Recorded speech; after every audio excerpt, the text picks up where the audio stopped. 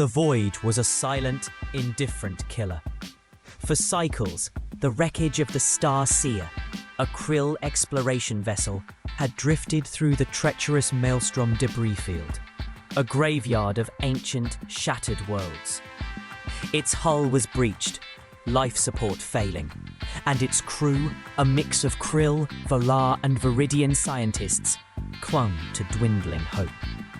They had sent out a distress call, a desperate plea echoing across the sectors. The first to respond were the Valar. Their sleek, elegant rescue frigates, renowned for their speed, attempted to navigate the Maelstrom. But the field was a chaotic ballet of razor-sharp asteroids, rogue energy currents, and phantom gravitational anomalies. The Valar, precise and cautious, deemed the risk too high. The probability of successful extraction is below 1.2%. Their lead rescue commander reported.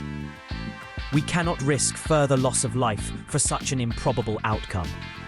They withdrew, offering their condolences and a promise to mark the Star-Seer's final resting place. Next came the Veridians. Their massive, heavily shielded salvage vessels, equipped with advanced tractor beams and mapping algorithms, were designed for such environments.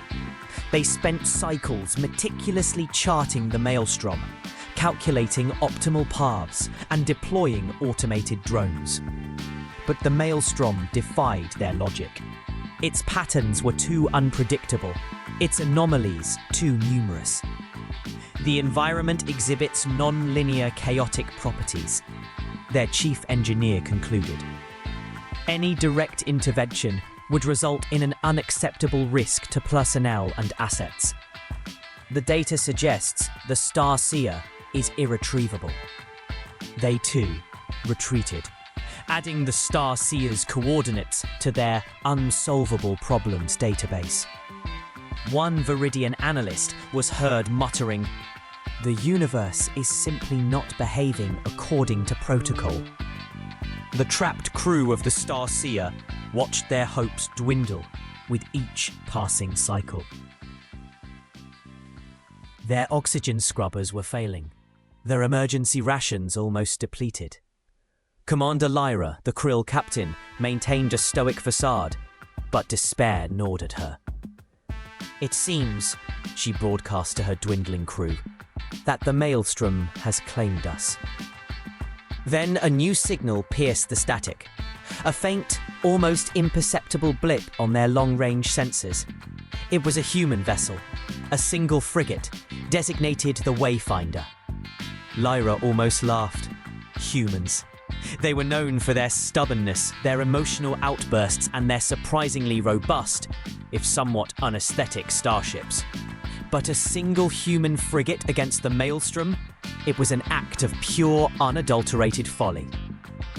On the bridge of the Wayfinder, Captain Eva Rostova stared at the Maelstrom debris field. Her chief navigator, Lieutenant Commander Jax, a human with a penchant for dry humour, whistled. "Well, that's certainly a debris field, Captain. Looks less like a field and more like a cosmic blender set to pulverize." "Can we get in?" Eva asked, her gaze unwavering. Jax tapped at his console. The Veridians mapped it for weeks and gave up. The Valar barely dipped a toe in. "It's a death trap, Captain. Our probability of getting out intact is... well, it's not looking great."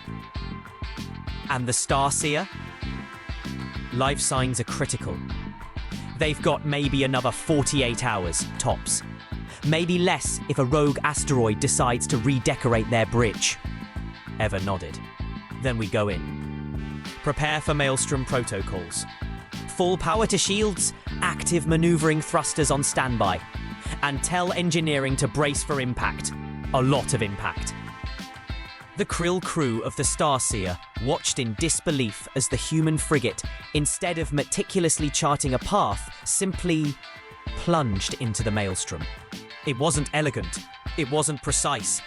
It was like watching a bull in a china shop, if the china shop was made of planet-sized shards of rock and volatile energy. Their approach is unorthodox, Commander Lyra observed, her krill eyes widening. They are not following any known navigational protocols for hazardous environments. They are simply reacting. Indeed, the Wayfinder wasn't relying on pre-calculated paths. Its human crew, honed by generations of navigating asteroid fields, rogue nebula, and even the occasional angry space monster, operated on instinct and rapid improvisation. Jax, his hands flying across the controls, wasn't just inputting data. He was feeling the currents, anticipating the shifts, and making micro-adjustments that defied the Veridians' rigid algorithms. "Hard to port! Asteroid cluster 3 o'clock high!" Jax yelled, his voice strained. "Shields to maximum on the dorsal side! Brace for impact!" The Wayfinder shuddered as a massive chunk of rock scraped along its hull, sparks flying. "Just a flesh wound," a voice from engineering crackled over the comms, followed by a grunt. "Mostly." The Veridian scientists on the Star-Seer were aghast. "Their structural integrity is being compromised at an alarming rate," one exclaimed. "They are incurring damage that would cripple a Veridian vessel. Why do they not retreat?" "Perhaps," a Valar scientist mused. "They are simply too primitive to understand the danger." But the Wayfinder pressed on, its hull scarred, its shields flickering, but its resolve unwavering. They weren't avoiding every obstacle. They were absorbing what they could, deflecting what they must, and pushing through with a stubborn determination that baffled the alien observers. "They're getting closer," Lyra whispered, a flicker of hope igniting in her eyes. "They're actually getting closer." After what felt like an eternity, the Wayfinder finally reached the Star-Seer. Its exterior was battered, scorch marks crisscrossing its hull. But it was there. The human frigate deployed a specialized rescue pod, a robust, heavily armored craft designed to withstand extreme conditions. "This is Captain Rostova of the Wayfinder," Eva's voice crackled over the Star-Seer's comms. "We're here to get you out. Prepare for transfer. And try not to touch anything on the way over. Our engineers are very particular about their duct tape." The alien crew, weak and disoriented, began the arduous transfer. The Veridian scientists, still trying to process the illogical human approach, were particularly bewildered. "Their rescue pod is not aesthetically pleasing," one muttered, observing its utilitarian, blocky design. "And it appears to be held together by, what is that? Adhesive polymer strips." "It's called duct tape," a human rescue tech replied cheerfully, patting the side of the pod. "Holds the universe together, this stuff." The Veridian blinked, processing this deeply unscientific statement. Fascinating and highly inefficient. The transfer was fraught with peril. Rogue currents threatened to rip the pod away, and sudden energy surges fried external sensors. But the human crew, working with a practiced efficiency born of countless drills and real-world emergencies, guided the pod through the chaos. They didn't panic. They adapted. They improvised. One krill scientist, observing a human engineer making a critical repair to the pod's external plating with a portable welding torch while dangling precariously from a tether, remarked, "Their disregard for personal safety is alarming, and yet effective." Finally, the last of the Star-Seer's crew was safely aboard the Wayfinder. The human frigate, now carrying its precious cargo, began its slow, battered retreat from the Maelstrom.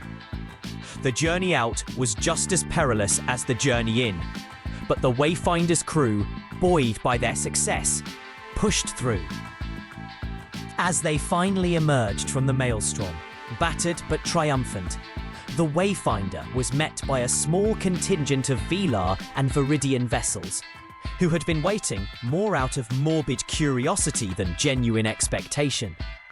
Their sensors scanned the human frigate, registering the extensive damage, the flickering shields, and the impossible fact that it had actually succeeded. On the bridge of a Velar cruiser, their commander stared at the Wayfinder. "They did it," he whispered, his voice filled with a mixture of awe and disbelief. They actually did it. A single human frigate where our entire fleet failed. A Veridian analyst, reviewing the Wayfinder's flight path, simply shook its head. Their trajectory was statistically improbable. Their methods were reckless. And yet, the outcome was optimal. It then added, almost to itself, "Perhaps we should re-evaluate our duct tape theories." The rescued alien crew, once safely aboard their own species' vessels, were debriefed. Their stories of human resilience, their unconventional methods, and their unwavering determination to save lives, even at immense personal risk, spread like wildfire across the galaxy. The Krill, known for their emotional restraint, found themselves unexpectedly moved by the humans' compassion. The Velar, who valued elegance and precision, were forced to acknowledge the raw effectiveness of human improvisation. And the Veridians, who prized logic above all else, were left with a profound, unsettling question. How do you quantify a species whose greatest strength lies in its refusal to give up, even when all logic dictates otherwise? The Wayfinder, a small, unassuming human frigate, had not just rescued a galactic perception.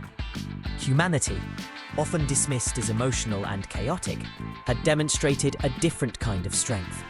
A stubborn, compassionate, and utterly relentless will to help, even when all others had abandoned hope.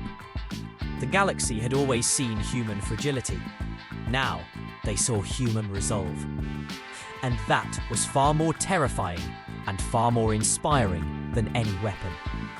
The Maelstrom debris field remained a death trap, but now it also held the legend of the human frigate that answered the call, and proved that sometimes the most illogical path is the one that leads to salvation.